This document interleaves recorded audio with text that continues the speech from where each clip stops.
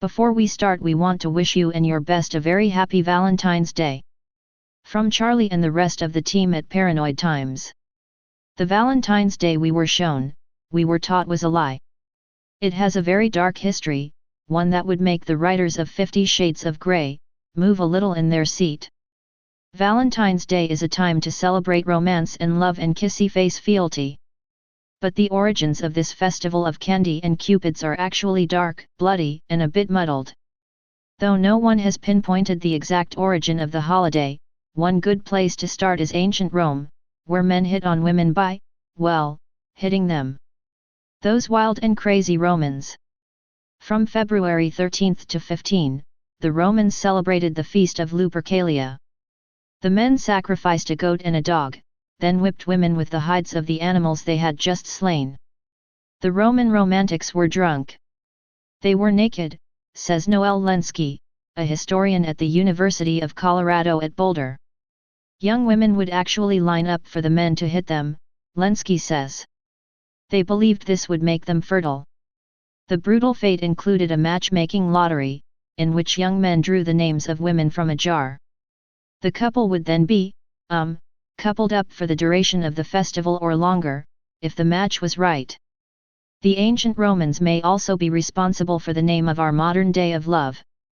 Emperor Claudius II executed two men both named Valentine on February 14 of different years in the 3rd century AD. Their martyrdom was honored by the Catholic Church with the celebration of Saint Valentine's Day. Later, Pope Gelasius I muddled things in the 5th century by combining Saint Valentine's Day with Lupercalia to expel the pagan rituals. But the festival was more of a theatrical interpretation of what it had once been. Lenski adds, it was a little more of a drunken revel, but the Christians put clothes back on it. That didn't stop it from being a day of fertility and love.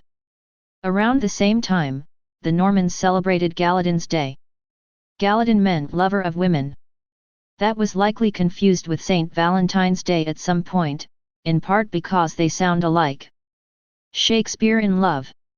As the years went on, the holiday grew sweeter. Chaucer and Shakespeare romanticized it in their work, and it gained popularity throughout Britain and the rest of Europe. Handmade paper cards became the tokens du jour in the Middle Ages. Eventually, the tradition made its way to the New World. The Industrial Revolution ushered in factory-made cards in the 19th century.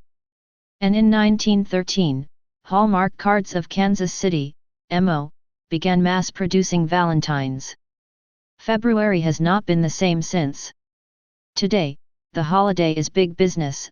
According to market research firm IBIS World, Valentine's Day sales reached $17.6 billion last year. This year's sales are expected to total $18.6 billion. But that commercialization has spoiled the day for many. Helen Fisher, a sociologist at Rutgers University, says we have only ourselves to blame.